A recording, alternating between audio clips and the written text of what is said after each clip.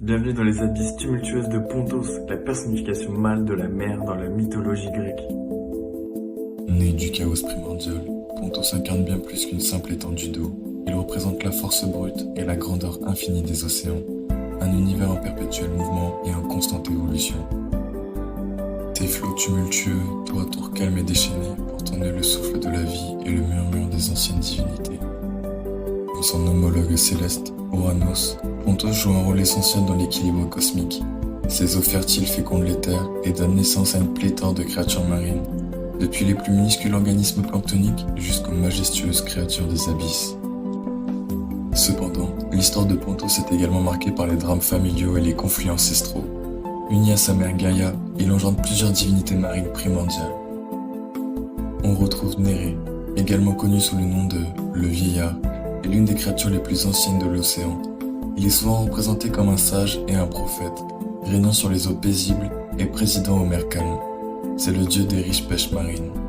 Il y a aussi Thomas, appelé le merveilleux, incarne la majesté et la splendeur de la mer. Il est associé aux phénomènes mystérieux et éblouissants qui se produisent au-dessus de l'eau, tels que les arcs-en-ciel et les éclairs de feu. C'est le dieu des merveilles marines. Phorcys, surnommé le Valeureux, est une figure redoutable des profondeurs marines. Il est souvent décrit comme un dieu monstrueux aux multiples formes, gardien des abîmes les plus sombres et des créatures les plus redoutables de l'océan. C'est le dieu des dangers cachés des profondeurs. Ceto, nommé la bête marine, est la personnification de la férocité et de la sauvagerie des eaux tumultueuses. Elle est souvent représentée comme une monstrueuse créature marine, mère de nombreux monstres marins redoutables. C'est la déesse des dangers de l'océan et des monstres marins.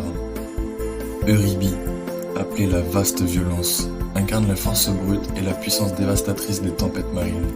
Elle est souvent associée aux ouragans et aux vagues déchaînées, régnant en tant que reine des éléments déchaînés. C'est la titanide de la maîtrise des mers, épouse de Cryos.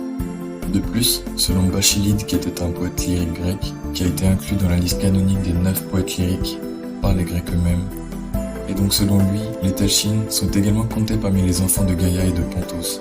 Ils sont souvent décrits comme des démons marins ou des artisans divins, associés à la forge et à la création d'objets magiques. Une vidéo leur sera dédiée prochainement, alors n'hésitez pas à vous abonner pour ne pas la manquer. En revanche, selon Diodore, Thalassa est la mère des enfants de Pontos. Cependant, les récits varient, et selon Hygian, c'est de Pontos et de Thalassa que naissent les diverses races de poissons, ce qui souligne le lien étroit entre Pontos et la diversité marine. Thalassa aura aussi le droit à sa propre vidéo. Alors qu'Ouranos craignait le pouvoir de ses propres enfants, Pontos voit les siens se rebeller contre lui, défiant sa souveraineté et cherchant à dompter les mers déchaînées qu'il gouverne. Dans cet océan de tumulte et de tempête, les destins se croisent, les alliances se forgent et les légendes naissent. Restez avec nous pour plonger au cœur des mystères de Pontos, explorant les profondeurs insondables de son royaume aquatique et découvrant les secrets cachés sous ses vagues azurées.